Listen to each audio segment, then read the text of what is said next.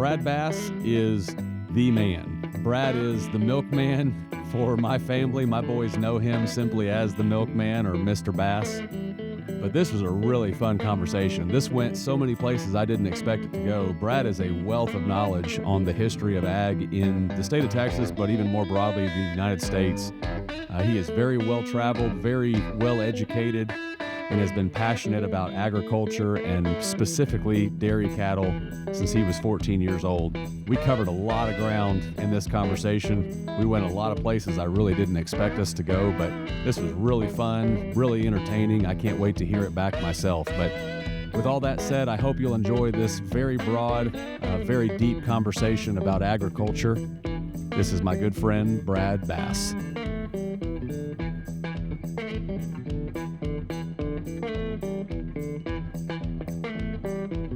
I can drink black coffee and enjoy it. It's all right. But with cream in it, it's a different thing. Oh, man, it makes, I mean, that was one of my obsessions with getting a cow to milk so I could have my own cream. Really? Yeah. You were a kid when you got into it to begin with, right? I went into the dairy business whenever I was 14 years old. 14. Yeah. The cream in coffee is the entry point for people because coffee's a little off-putting to a young palate. Like my boys, when they drink, when they smell coffee, they're like, Daddy, how can you drink that? Coffee and beer, they're both like that. Well, back in the old days, everybody used to sit around the table after dinner and smoke cigarettes and drink black coffee. Uh-huh. I mean, I've told my kids and grandkids, and they going, what? Yeah. I said, man, there'd be a big old ashtray. Yeah. My grandparents all had coffee after dinner, all growing up. Sit there and smoke a cigarette. And have coffee. Yeah. Do you know who Sturgill Simpson is? Country artist? Oh, yeah. He has a lyric where he says, there ain't no point in getting out of bed if you aren't living the dream.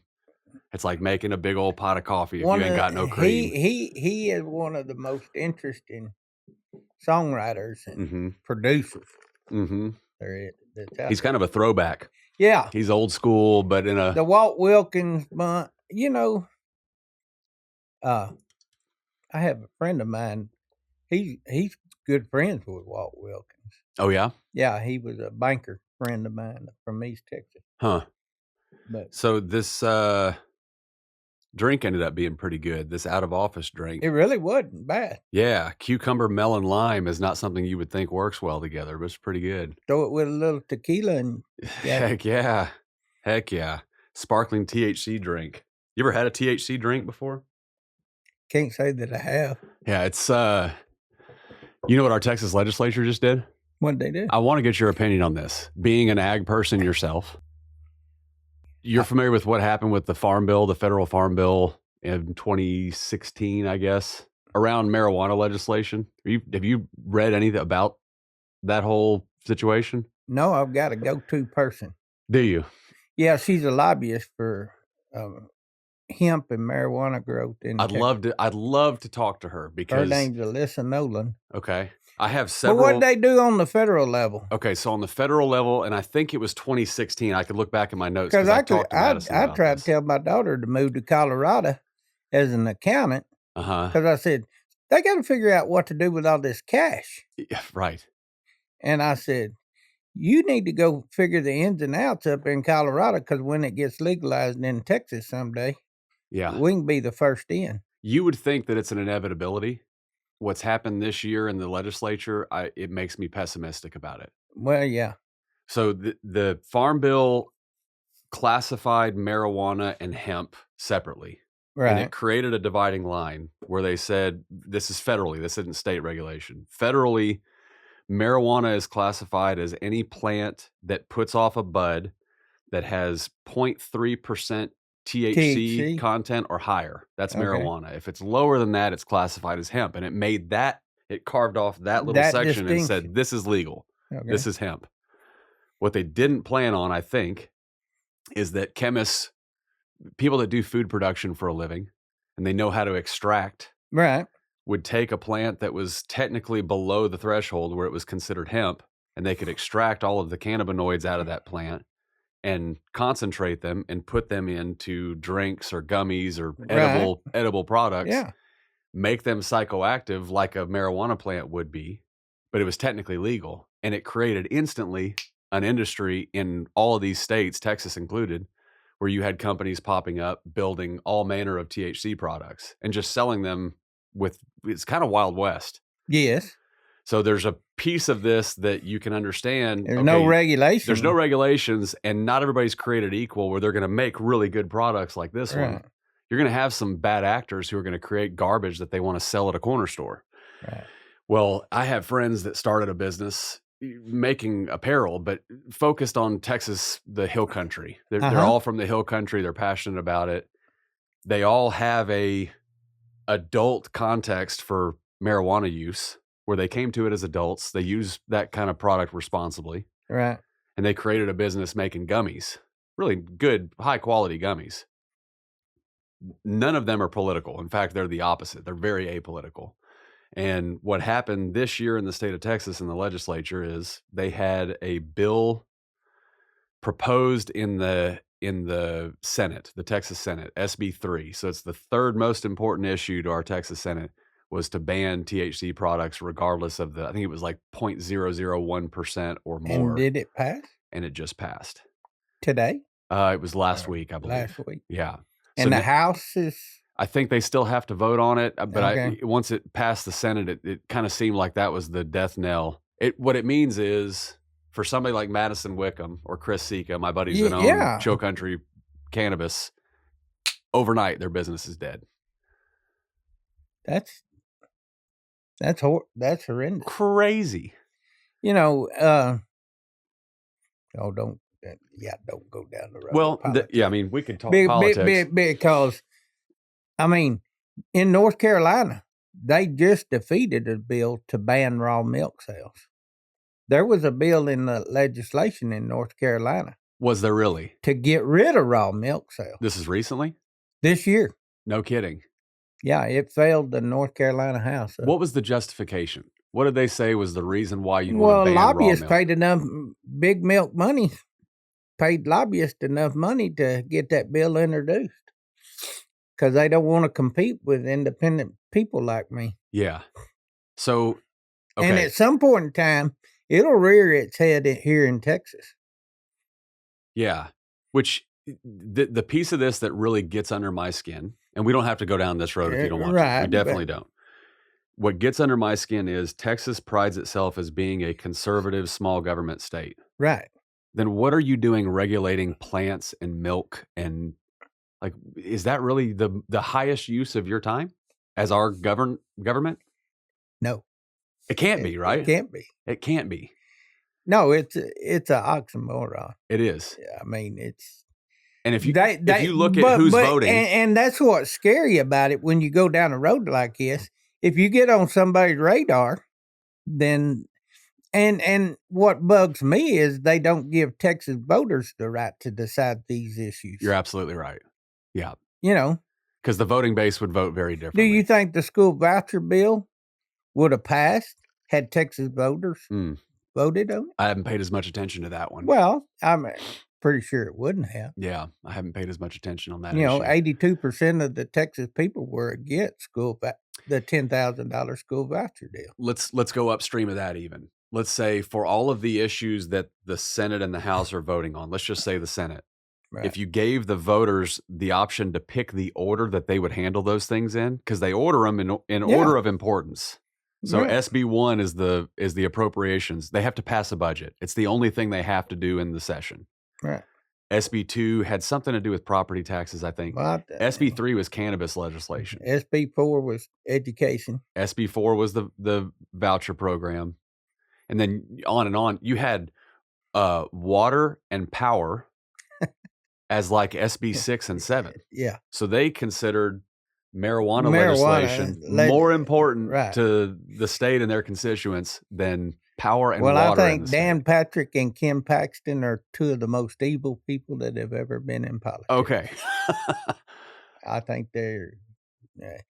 And all these people were getting in an uproar about this school voucher and all. I said, why are y'all so worked up? They've been telling you for the last 10 years they were going to get it done one way or another. I should have paid more attention to that issue, and I should now. But, if they tell you they're going to do it and they get elected and they stay in there long enough, Yeah, they're going to believe get 'em. it done. Yeah. So the Supreme Court says, and Donald Trump says, abortion rights belong to the state. But yet there's no way in hell our state legislature would ever give the opportunity for the voters to decide abortion rights. Yeah. I think the theory there being, and this is something I'm way over my skis on, but the federal government's responsibilities their priorities should be to push things down to the state wherever possible. Right. So they're And not I don't disagree with that at all. Because doing it that way gives you 50 little experiments where you can see what's working and what's not. Yeah. And, the beauty of pushing it down to states, the beauty of pushing any issue down to states is that if a state continues to block their voter base out from having a voice in the issues they're voting on, they'll lose their jobs too. Right. That's the way it should work. Right. And so, yeah. Dan Patrick, Ken Paxton, if they continue to push things that the people in their state, their constituents don't want, eventually you're going to lose your job. But what's surprising to me is Ken Paxton's leading John Cornyn in the Senate polls. Yeah. And I'm going like, really? You want to? When does that vote take place? The Senate primary? Yeah, next year. Next year. Mm-hmm. So that means Dan Patrick's on the docket too, right? Well, he's up for vote, I believe, next year. Yeah. Yes. Well, we could get wrapped around. It's a non-presidential. Yeah. We could spend an entire hour talking about that issue and probably not make any headway. No. So we can pivot. There's nothing I can do about that situation. Well, there is, and the one thing you can do is vote. You can go vote. As an individual, I can make a difference. I'm thinking that where we're going, and I think it's evidenced by what happened in this last federal election and the presidential election, is that people's voices matter more than the political class think or thought. Yeah. And they can't ignore you forever. That voting still works. Yeah. I think the Democratic Party had no idea they were running a candidate that didn't have any purpose. Yeah, boy. They thought it was an anti-vote against Trump would win the election. Yeah. And that wasn't going to happen. It didn't that cycle, did it? No. Yeah. No. Okay, so when you meet somebody for the first time and you're telling them what you do for a living, how do you answer it? I usually tell them I'm a safety coordinator for a trucking company here in Texas, but I'm a lifelong agriculturalist and have spent my whole life working in some form of agriculture, be it production side, manufacturing side, financial side. I've had my hands in agriculture my whole life. Okay. Yeah. What is it about the agriculture? Were you raised around it as a boy? Yes. Okay. My dad was a jack of all trades. He was a Baptist preacher, a school teacher, a school bus driver. We hauled hay.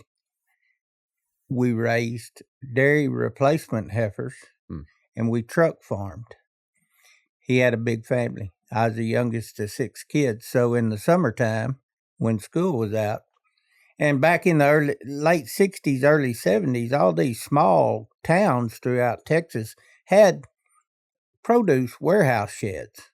And they'd have buyers from Safeway, Piggly Wiggly, Kroger, wherever. Most of our produce where I grew up in Northeast Texas would be bought off the docks in a town called Winnsboro, Texas, and then trucked into Dallas later that afternoon. Huh. And so we truck farmed, and I opened my first savings account when I was 5 years old from picking squash, watermelons, black-eyed peas, cucumbers that summer. You said the term truck farming there twice. Define that for somebody that doesn't know. Yeah. Back in the old days, people would go out to the field, load up their truck with vegetables. We took ours back to the house, and then we'd wash and package in bushel baskets. Gotcha. And then we'd stack those bushel baskets on a truck and haul those bushel baskets to produce shed. And they would go to that regional Yeah, and they'd produce be shed. bought by the bushel. Gotcha. How does it work now? Has it changed? Has that changed? Oh, it's large farms. Large farms. That already have been contracted with the HEBs or the Walmarts of the world, and it's going straight to their warehouse from their farm. Yeah. Because it's small farms. Small farms don't exist. It's the larger farms. A lot of them family owned still, but they're just huge operations. Talk me through from where you started as a kid. You had mentioned you were 14 when you went in the dairy business when I the was dairy 14. business. Yeah. Have you always stayed adjacent to the dairy business, or have you dabbled in all things since then? Well, my banker thought I should get out of the dairy business in 1991 because a lot of people don't realize this. Ronald Reagan's economic strategy of deregulating so many industries and decreasing farm subsidies changed the agriculture landscape a lot. And in the 1980s, dairy farmers had operated in the 70s and 80s with a price support system. In other words, the government guaranteed that the milk wasn't going to go below a certain price. I see. That was gone and done away with, and there was actually a excess of milk production in the mid-80s, and so the government stepped in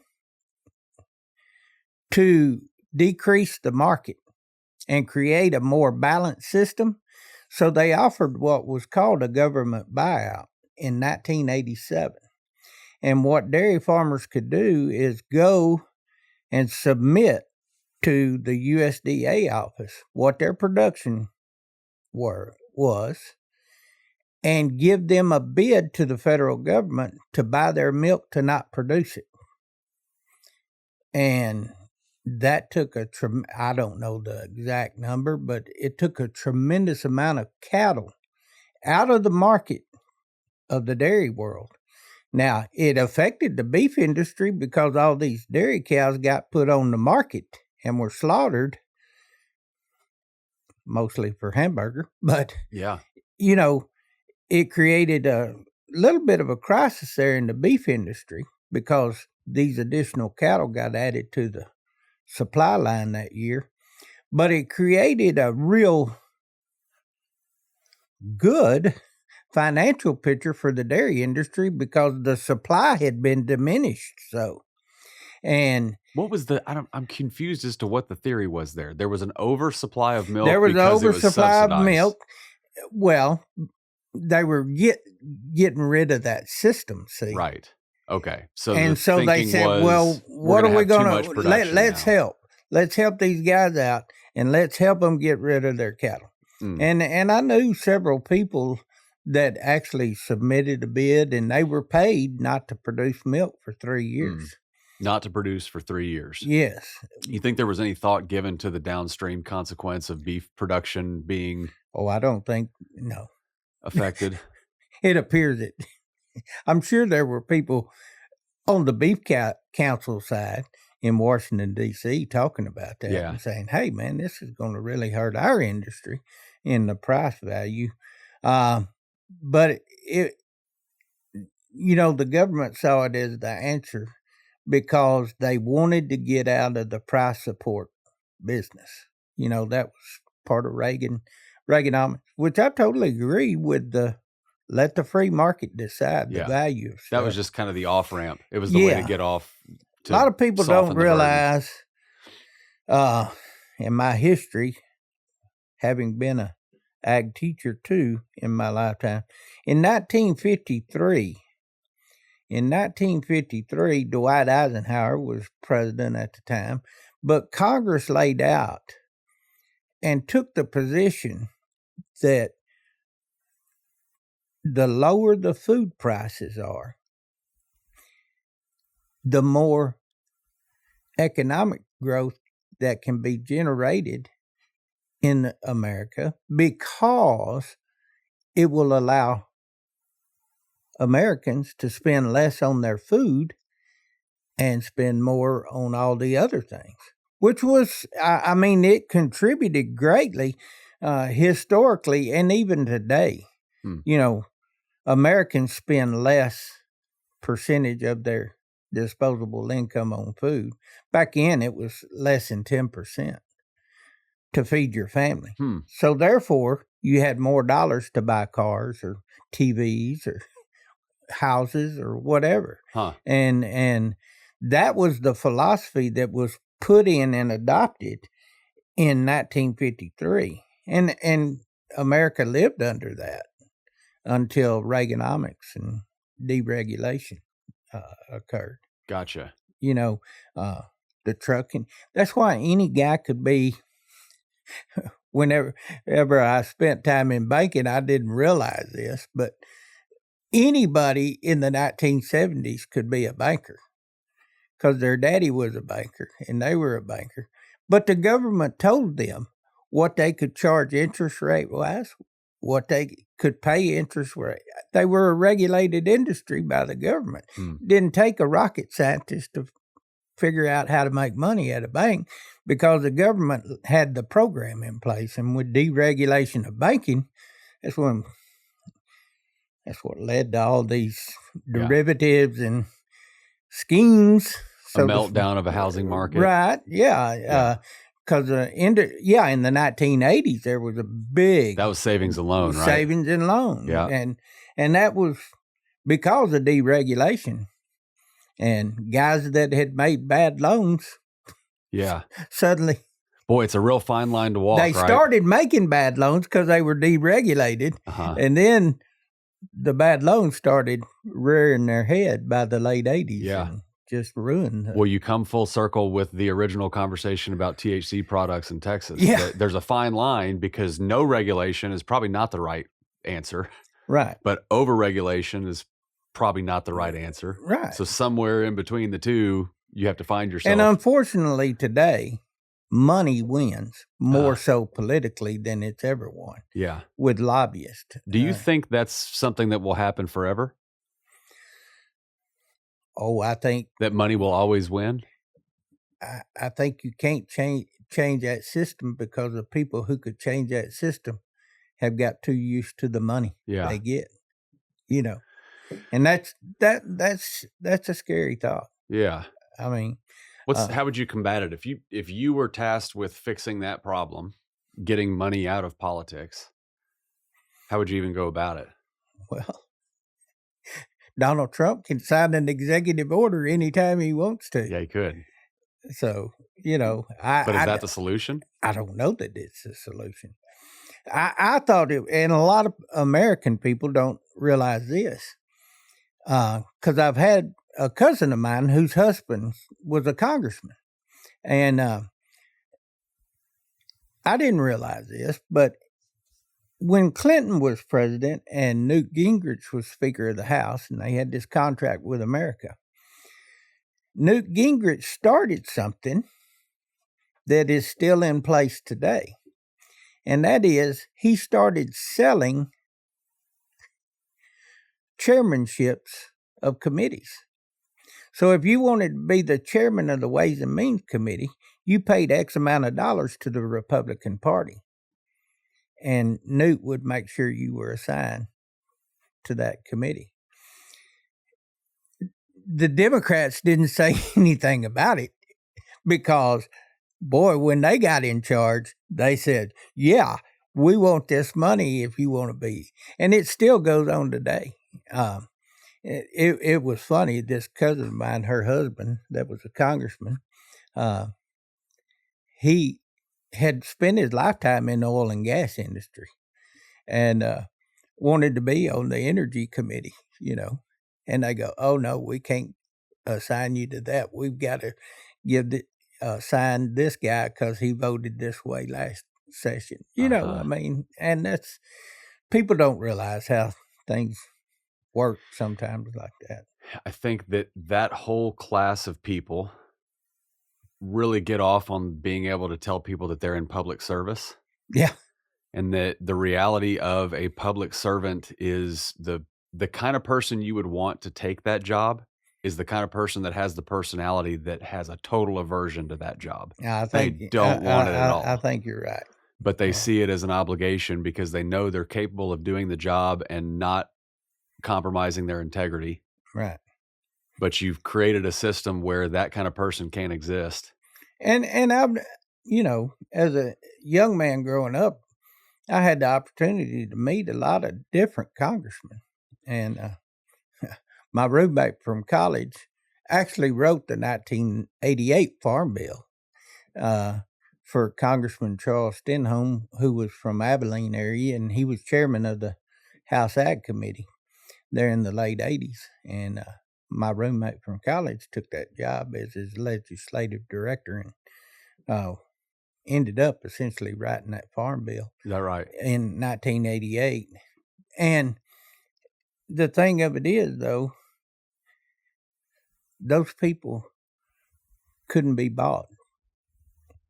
Well, that wasn't the way politics was then. Yeah. Yeah. And people relied solely on their integrity and character and honesty to do the right thing. Why do you think that changed? In your experience, why did it go from serving in public office? Well, the Bible says the root of all evil is the greed, money. The love of money. Love of money. Yeah. The love of money. Yeah. So I had, this is a microcosm of what we're talking about, but when we lived in Austin, we lived in Austin I was raised in Maine, around in and around Austin my whole life. And I don't even remember when it was, but I got appointed to a committee for the city of Austin. This is when we lived in Austin proper. And my city council member, Ellen Troxclair at the time, put me on an advisory committee called the Community Technology and Telecommunications Commission. So our job was evaluate projects that were going on in the city of Austin that had anything to do with telecommunications or community technologies, community's use of technology. And our job was evaluate those projects, pick which ones we felt like our city council members should support, and then go to that city council member with advice. We met for 18 months, at least once a month, not including committees and little subcommittees that were within them. We met every month. We met for several hours at City Hall. It was televised. It was this big, Robert's Rules of Order led group. And you had a representative from every city council district in Austin, of which I think there was 9 plus 1. In 18 months of doing it, we made 0 recommendations to our city council members. 0. We never went to our city council members with any recommendations. We were putting all this time into these committee meetings and into the board meetings once a month. And there's a lot that went into it. And if you gauge the effectiveness of that committee based on what things we took to our city council members to give them advice on, it was an utter failure for a year and a half. Right.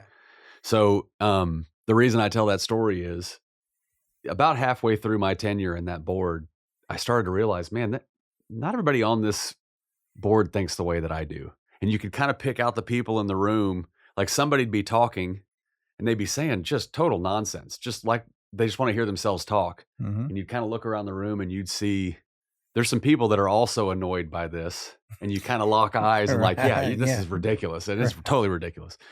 And it got to the point where you realize that people that serve on those boards, not exclusively, but many of them are doing it to have the resume check mark so that when they run for city council, they can say, I served in this commission and on this advisory board. And they're doing it to check boxes on their resume so they can get a bigger job in public service. It's a grifter thing. You familiar with the term grifter? Oh, yeah. It's somebody that's figured out they can lay in this weird spot with no accountability and get a resume marker and move up. And if it exists at that level, you know that it exists at the city council level and it exists in city government and state government and all the way up. And once you see that grifter personality type, you can't unsee it. Right. Then you can recognize it in people. Yeah. And a lot of people take issue with some of the things that Donald Trump has done. But I'm convinced that government needs to shrink anyway. So if they made a mistake, they'll see it and bring it back, I think. Yeah. Now that's just my opinion. I think an optimist's vantage point would be that that's the case. Yeah. I think that we're still in a period where half the country not only didn't vote for Trump, but consider him to be teetering on the lines of evil and good.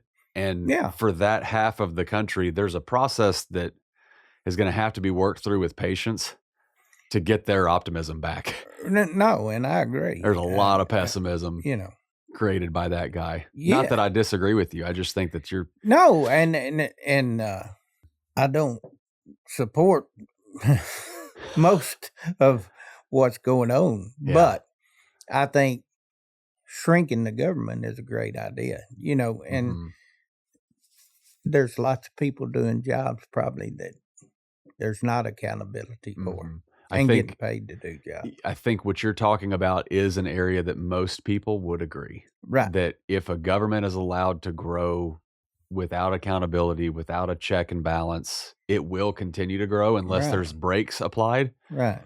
And sometimes you need to apply brakes. If it ends up being somebody on the Democrat side or somebody on the Republican side that can do it, great. It just needs to be done. I think you're probably right. So I want to go back to the agriculture business. Yeah. Why is it that let's broaden the scope a little bit. Why is it that the trades, of which I would consider agriculture business like you're in to be a trade, why did those fall out of favor? Why are we not teaching our young kids to aspire to a trade? I think first and foremost is the equity requirements and return on investment, the capital asset outlay. Okay. For independent areas. Say more about that. Well, I mean, you look at the input cost that you have, and literally, agriculture as a whole, you might be lucky to get 8%, 10% on the money outlaid. Well, you can put it in the market and do that. And, I think one other thing, growing up, we were always told, you're getting a high school education, you're going to get a college education, leave and don't ever come back. And that was the mantra with a lot of young people that I grew up with is, hey, this is a tough life. You got to work really hard. And I think over the course of time, you just see that happening. And I think there's a lot of stress, especially around the Central Texas area where real estate, a family has land. Well, would they rather sell that plot of land in Pflugerville, Texas for $40 million and put it in a trust for the next generations? Or do they want to keep trying to make their living raising corn? I know the easy answer there is, hey, let's put that money in the trust. Yeah. Everybody's taken care of. But I don't know so much about being looked down upon as, but I think the mantra has always been, well, you can do better than this. Leave, go do something, make a difference in the world. Don't stay here. And I think there was probably a time where... Now, I will say this is a little bit different. I went to college at Texas Tech, and there's a lot of guys, I think one of my roommates in college, they own like 48 sections of the land. And, what was he going to do when he graduated from college?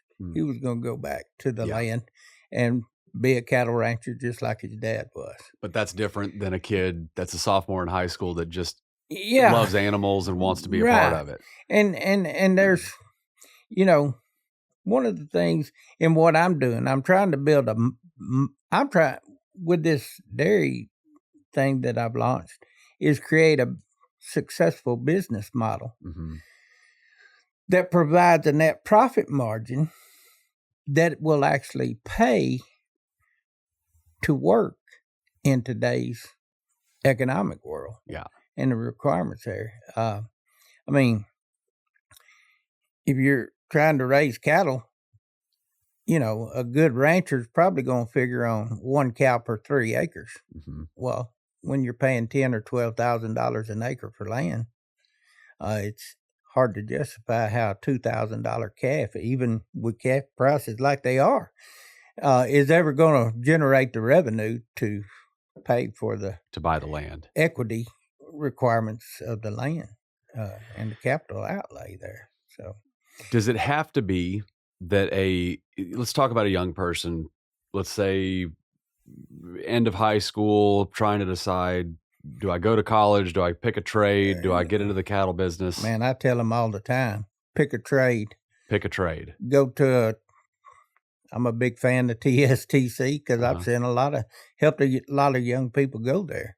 And, man, those guys that went there, they come out of there making $70,000 to $80,000 a year. And once they've been in their industry that they're in, they usually rise to the top. And, they look up 10 years later and making $120,000 or more a year.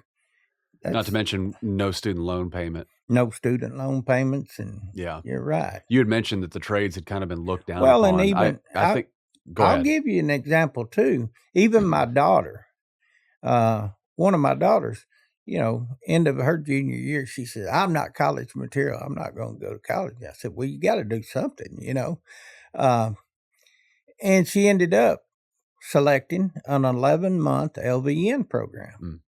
She graduated in May. The following August, 14 months later, 13 months later, she's making $1,000 a week as an LVN.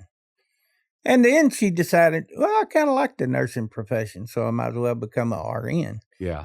So she went back to get the training in that. I tell people all the time, unless it's a professional degree you're seeking, I don't know why you're going to college.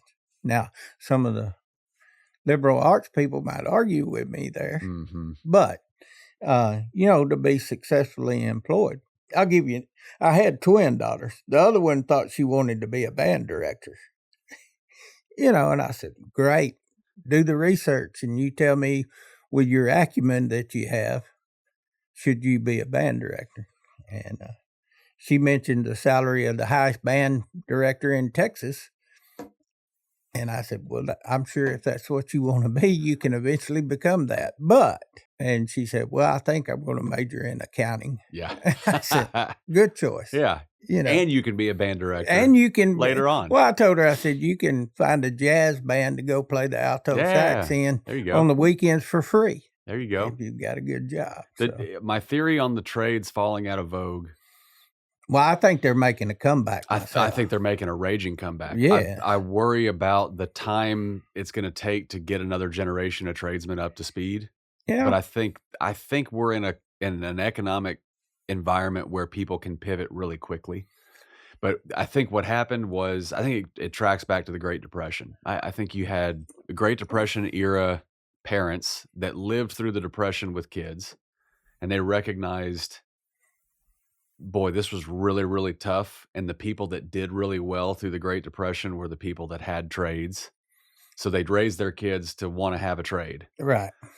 Those kids got older, realized, man, I'm working my ass off. I'm welding, I'm fixing cars, I'm doing plumbing. I want my kids to do better. The people that are around me, I want my kids to do better. And the people that are around me that aren't having to work that hard, boy, they all have some education. And then that era gets to be adults and they see, boy, I've got a high school education. I went to a year or two of college. This is your generation, my parents' generation. Yeah. Boy, if I just had a college degree, I'd have a well-paying job where I'm working in an office every day and not having to deliver packages or whatever it was. Right. And so you got to go to college.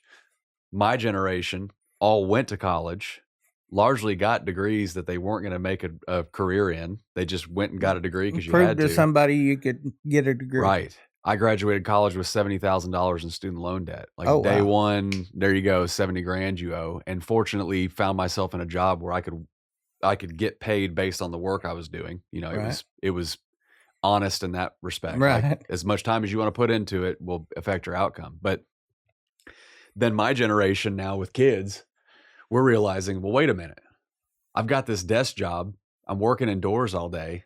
For me, my mental health is very closely tied to how much time I'm spending looking at a computer screen. Right. The more time I'm spending looking at a computer screen, the less happy I am or fulfilled I am as a person. There's a problem there. Right. What I find is if I work a full week at my day job, the podcast thing aside, this is not the day job. But if I work a full week at that, and then at the end of the week, I go and I've got a length of fence that's down that I need to fix so I can move the cows into that area. The highlight of that week for me is looking back at that damn fence and going, look at the fence I fixed. Right. And your hands hurt. You sleep better. I think it's funny that when I'm working with my hands, my wedding ring fits better. Yeah. It's kind of a good analogy for that's pretty strong analogy. How things work. You know, my son is actually involved with a group of people from overseas who set up retreat centers and resorts all over the world. And they're currently looking at the Austin area as a place to put in a retreat center that's all these retreat centers they put in are agriculturally based, where people can come for the weekend and kind of heal themselves by working on the farm. Really? Yes. No kidding. Yeah. Okay. Your son, you said, is involved in this? Yeah, he's involved with a group from Denmark, I believe, is where they're from. Okay. But they put in resorts all over the world, and they're looking at possibly putting one in Travis County. I'd love to hear more about that. Yeah, project. I mean, it's because I believe in it. Yeah, and I'm going like, well, people would pay to come out here and work on a farm all weekend. Maybe that's part of your business model. Well, it probably could be part of it. Yeah, cow milking therapy. Well, actually, and I do believe this, and I think it even's going on. I can see where, we deliver milk to people, but why can't we deliver their vegetables too? But take and set aside some property and grow vegetables. Offer senior citizens,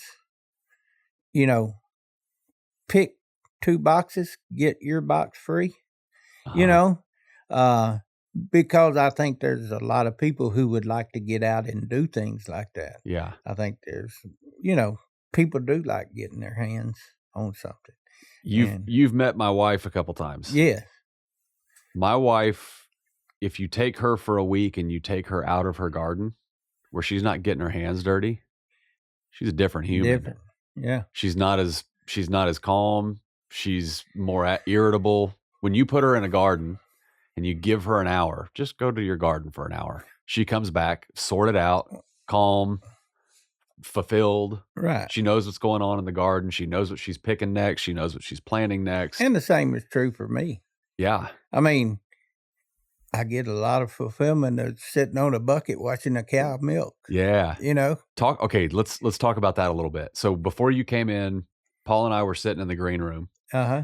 We were talking about how when you have eggs from a chicken that was raised sort of open pasture like we do. Free range. So I had a guy come in, I did a podcast with named John Sorsby, who does a lot of content, a lot of YouTube content that's all based on Texas parks and places. Yeah.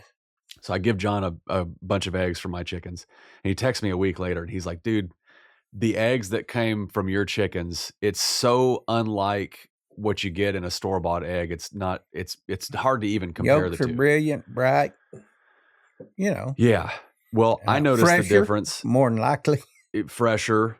I mean, the animal, if you look at fundamentally the way that animal's supposed to live in nature, it's supposed to eat bugs and grass and all these things. Yeah. So it makes sense nutritionally, but there's something else.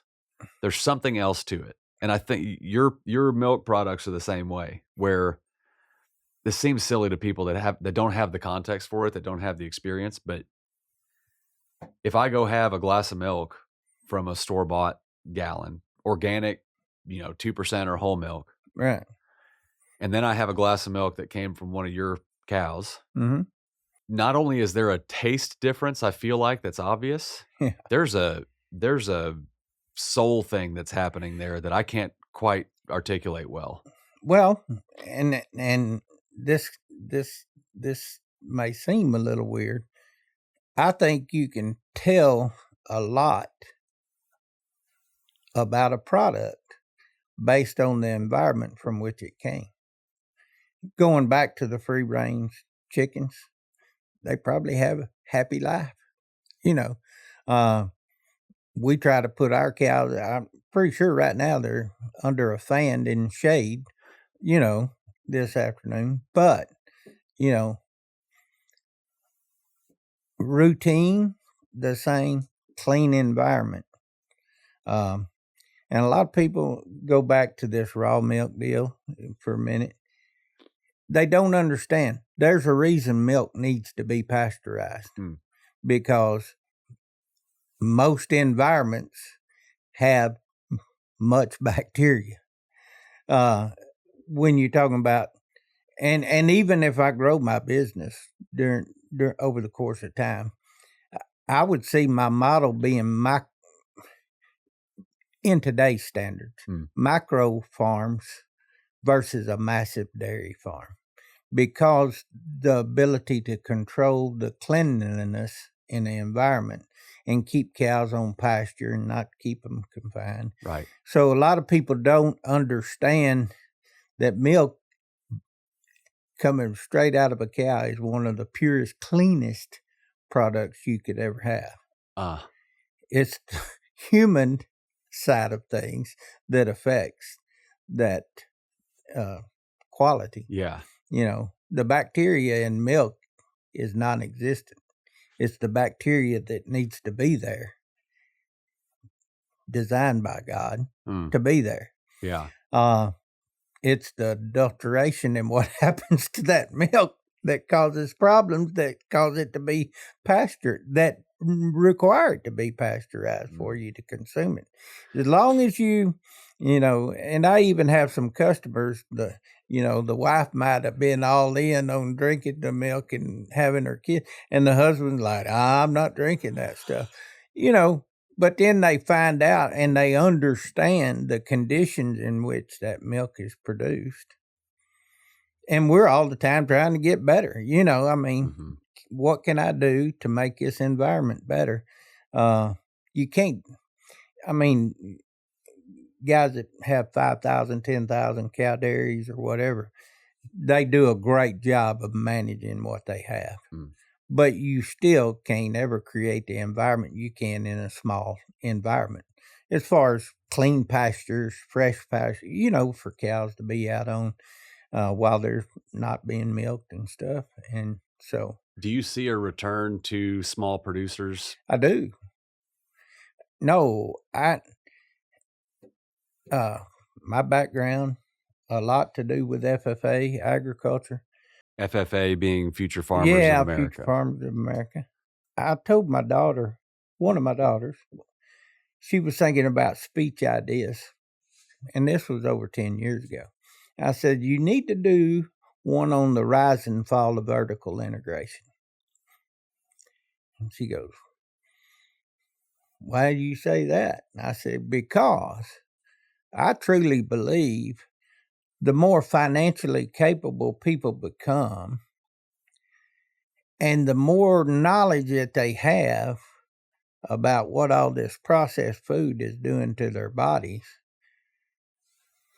over the next 50 years, and this was in 2014, so that's 11 years ago already, I said, you're going to start seeing a shift in people's mindset if they are financially capable of doing so and have the time to do so, where they'll want to know exactly where the product is coming from that they're consuming.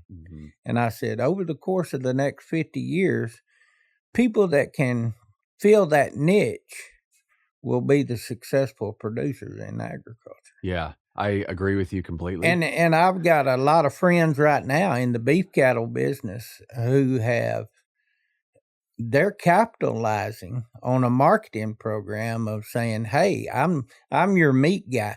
You want good quality meat. These are our animals. This is how we're feeding them.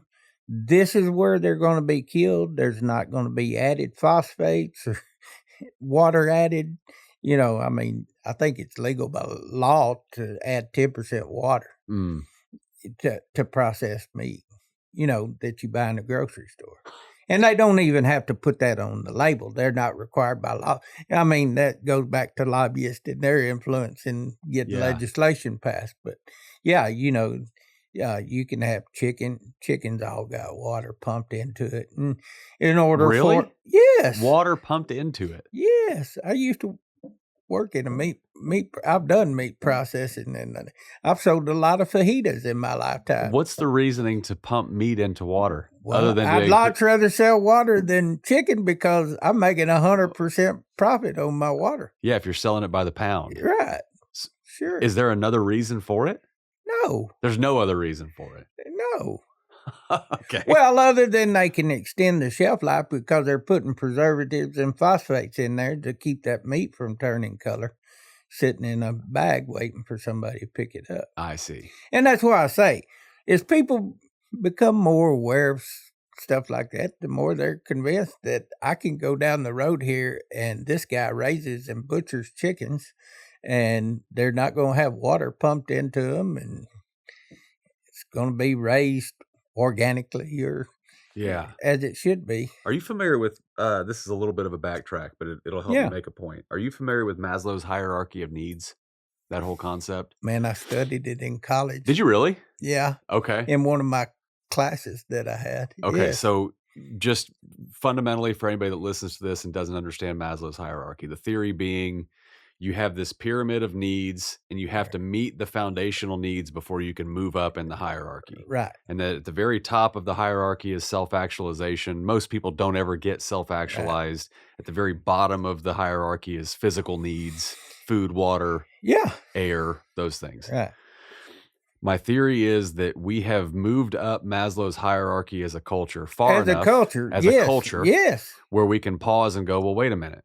I don't really feel as good when I eat this food versus when I eat this food. No. And I think that you have a generation ago or 2 generations ago where there were concerns about food production, about there being enough food in the first place. Yeah. The goal is mass produce, get as much out there as you can. And then a couple generations go by and you realize, well, wait a minute, our health has been affected somewhere along the lines. And if you can get people to eat fresh produce, grass-fed meat, milk products like you carry. I got to disagree on grass-fed meat. Okay, I want to come back to it. Yeah. If you can get them to eat whole foods, not processed foods, for 30 days even. Yeah. At the end of those 30 days, there's a realization that if I eat this processed thing or if I eat this thing that's equivalent but is natural and the whole food product of it, there's a feeling that you have. It's beyond physical to me. Yeah. You physically feel better. No, you're feeding your soul. Different, but there's a soul difference to it that is really, really hard to understand. Yes. And part of the reason I do what I do is my oldest brother was 17 years older than me. He died at 73. I'm 61. I don't want to die that soon. Yeah. But he didn't take care of his body. And, our family has historically had that type 2 diabetes, high blood pressure, high cholesterol, whatever.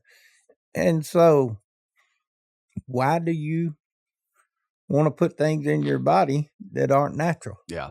And, we do raise all our beef and we do raise all our pork. I do buy chicken at the grocery stores. Okay. But going back to the grass-fed beef. I want to hear about grass-fed beef. Well, no, I think grass-fed beef is a perfectly good product. It won't hit my palate the way I'm expecting a ribeye steak to You like that ribeye to have a lot of fat. I like that marble. And I don't think, I applaud the people that can raise grass-fed animals. It's hard to meet all the nutritional requirements of any animal strictly on one source of feed intake. but they can accomplish it. They can get there. But there is, do we have to have grain-fed beef? We don't have to. Yeah. But that's the most efficient way of getting that animal to gain weight. Right. Is to feed them grain. Is it possible to do grass-fed, grass-finished with minerals added to the cow and get them the nutrients that they need? I think there's plenty of people more qualified than me to answer that question, but I would tend to say yes. Okay. You can, with a mineral supplement and package, right? You can make up for a lot of those dietary requirements needed for growth and maturity and balance in an animal by adding that into their diet. And I'm sure the good ones that are doing a grass-fed program, they're bound to have a good nutritional knowledge to say, hey, because, you can't just leave an animal out there and wait on them to gain that weight and get to market readiness if you don't have the proper forage even. So you got to spend it's very intensive to manage that forage so that it can actually do what you'd want it to do. And in the state of Texas, especially where you have unpredictable rainfall, the forage is also unpredictable because you don't know that you're going to have grass growth past early June. I've got a pasture that looks totally different than it did last Friday. Yeah. Because it rained over an inch on it on Monday. Right. And so, and we do. We keep them off and try to get grass. If you're gonna, we don't solely grass feed. We let them graze at nighttime when it's cooler. Yeah. And early morning when it's cooler, but they don't want to be out there if it's 100 degrees. 2:00 in the afternoon. The grain feeding with dairy cows too, you have that you kind of need it for getting them to produce, right? A lot of people like the Jersey cows I milk, they need over 40,000 kilocalories. 40 kilocalories of in their diet every day. And you can't accomplish that with grass. Yeah. Because grass is about 85% water to begin with. They don't have a stomach big enough to consume. Cow will typically eat 3 to 4% of their body weight. A Jersey cow that's mature may weigh 1,100 pounds. That means she needs 42, 44 pounds of dry matter intake in a day's time. She can't eat enough grass.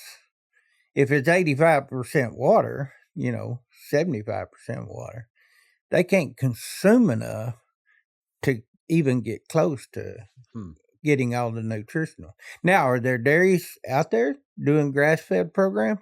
Yes, there are, and they're very successful, and I would never say I'm wrong. They're wrong.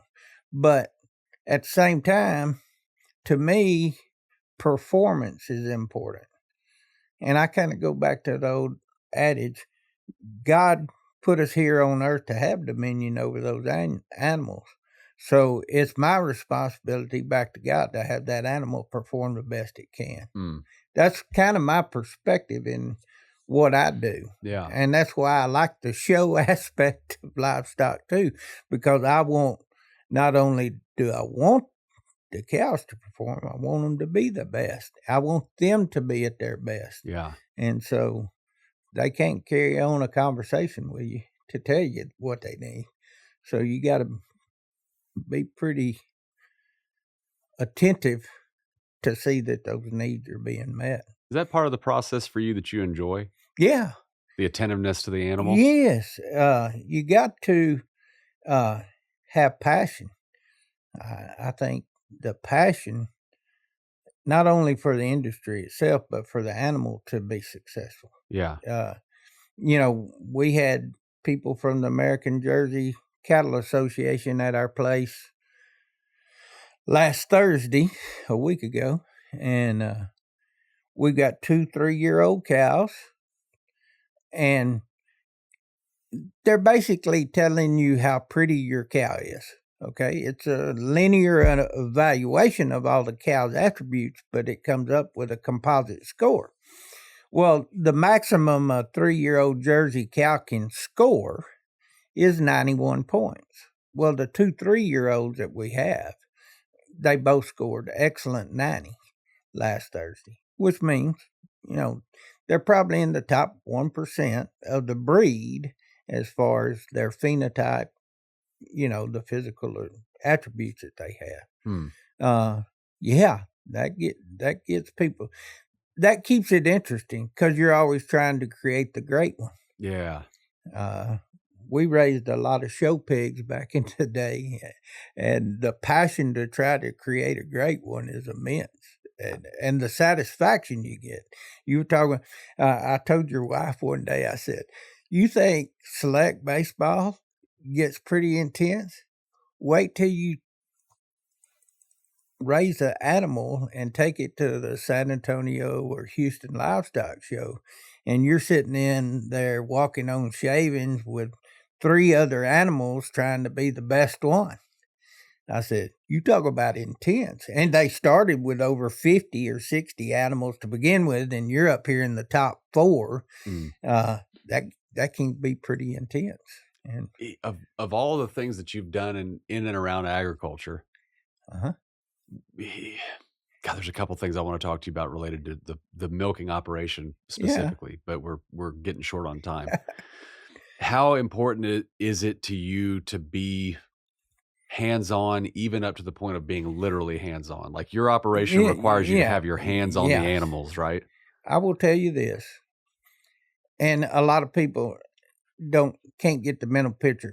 Most all huge dairy farms, no one ever lays eyes on the animal at milking time. All they see is the udder hanging down that they attach milkers to.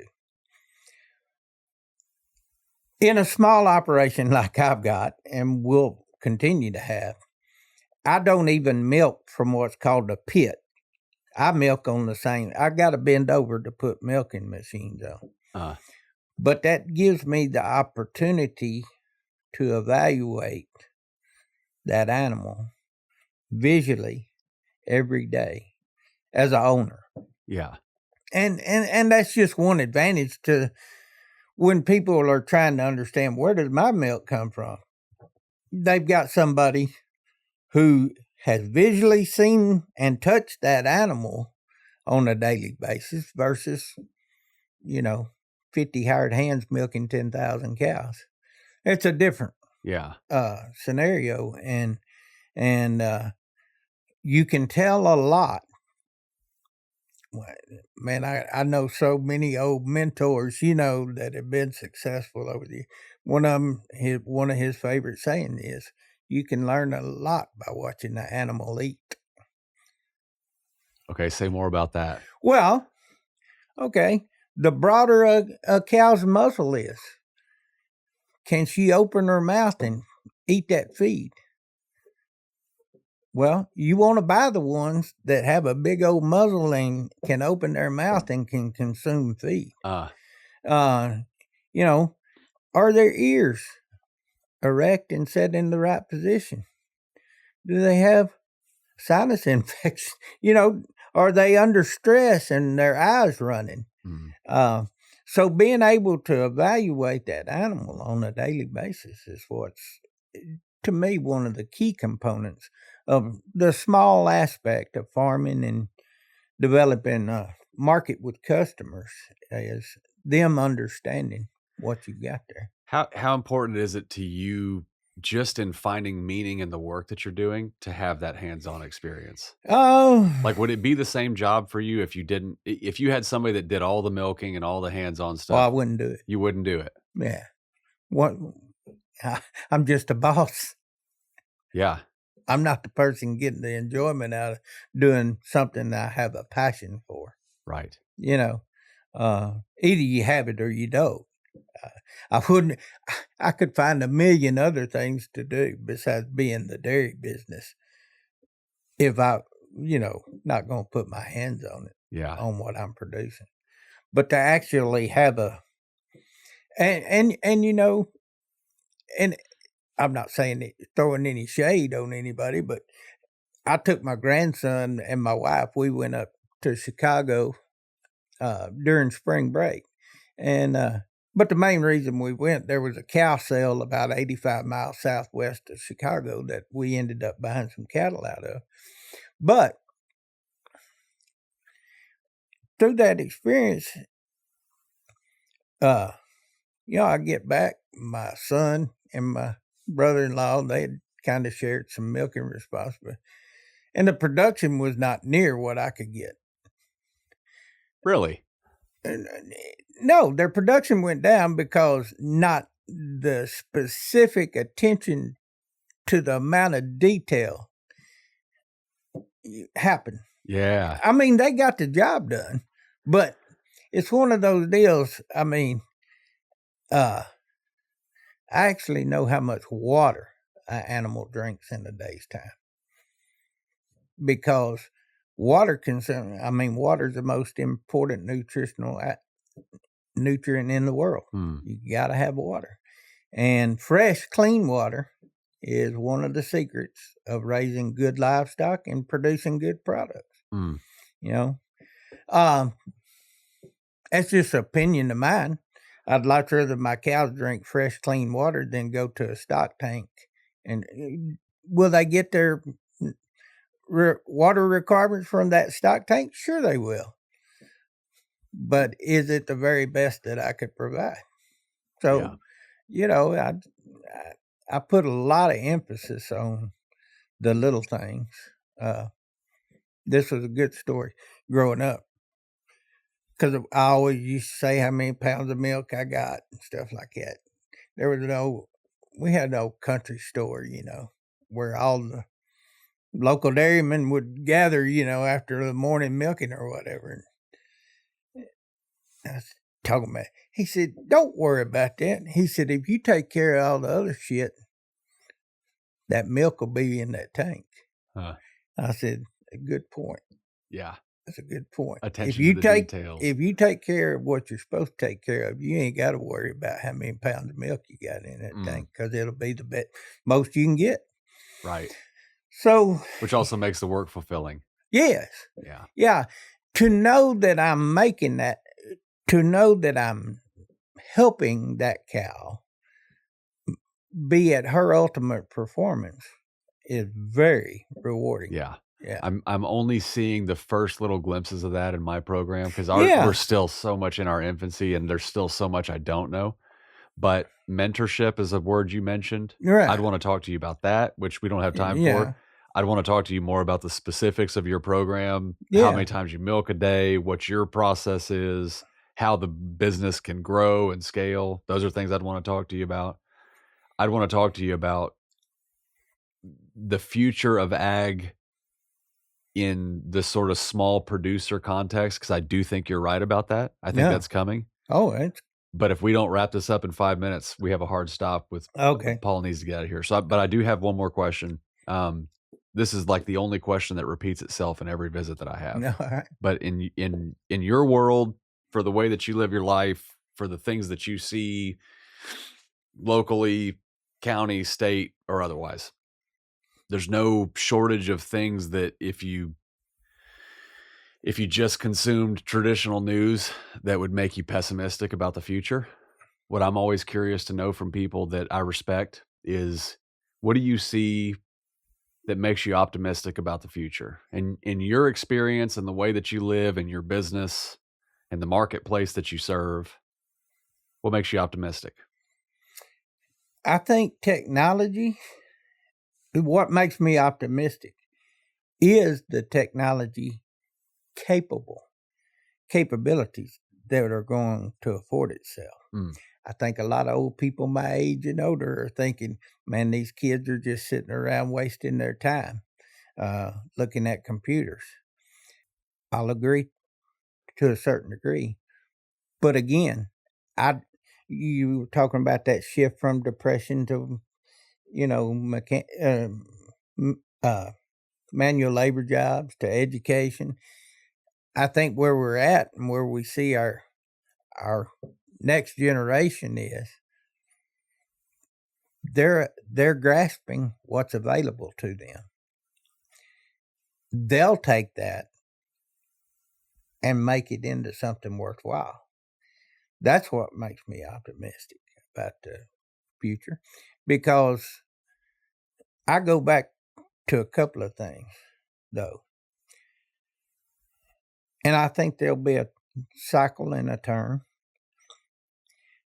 And I don't mind saying this. I have a personal relationship with Jesus Christ, and I know that he died for me, and that I'm terrible without him, and that everything good thing that I have in my life comes from his provision for me. So I trust that.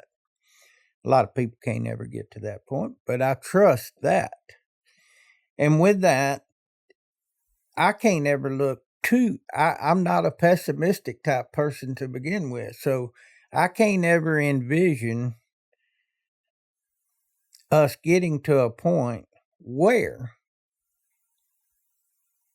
we lose that passion and freedom to explore and grow. People get too worked up about the way our kids are going and our country's going, and I'm going, give it time. Let it ride. Because my dad was born in 1928 and died 7 years ago. You don't think he saw things change in his lifetime? How much more? I've seen a lot change in my lifetime, you know. No one knows what a landline is. You know, I mean, just stuff like that. Yeah. And a few years from now, heck, I don't know that you'll need to take a driving test to get a driver's license, because the vehicle you're in is probably going to drive you wherever you plug it in to take you. It's looking like it. Yeah. So you can't just say, boy, this generation doesn't know anything. I think they know plenty. Yeah. Yeah, I think you're right. My reasons for optimism are pretty closely aligned with yours. Yeah. In every generation, there were things that made people pessimistic about the future, and ultimately the young people figure it out. Yeah, They know figure what's it out. available to them. They know where their passions And I think are. if they work with the premise of being a non-evil doer. Yeah. And there are some people that will set out to be evil doers, I guess. But if you have trust in your fellow mankind and you do your job, I think things will tend to work out. Yeah, that's John Wesley saying, Yeah. do as much as you can for as long as you can. Right. Something along those lines. Right. Yeah, I think you're right. Brad, man, we're at our time here. I wanted to close by saying, when a guy's wife talks constantly about the milkman and the relationship that she's built with him, usually that's I'm making a t-shirt. That's a cause for concern. You're making a milkman t-shirt? Yeah. I'm going to give your wife a t-shirt that says, ask how amazing my milkman is. I love it. Well, it's and I thought about getting one that says, husbands, don't worry about my milkman. Don't worry about the milkman. Yeah. Well, it's not knowing you for the first 2 months of being a customer of yours and hearing Ashton talk about the milkman and hearing the boys talk about him. It's I'm glad I now know you.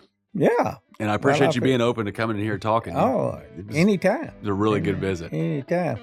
Yeah, I'd like to explore some more about the dairy industry, Yeah. and the model of what we're trying to build. Let's do that again. Yeah. We'll have a follow-up conversation. Sounds great. Thanks for the time. Yes, sir.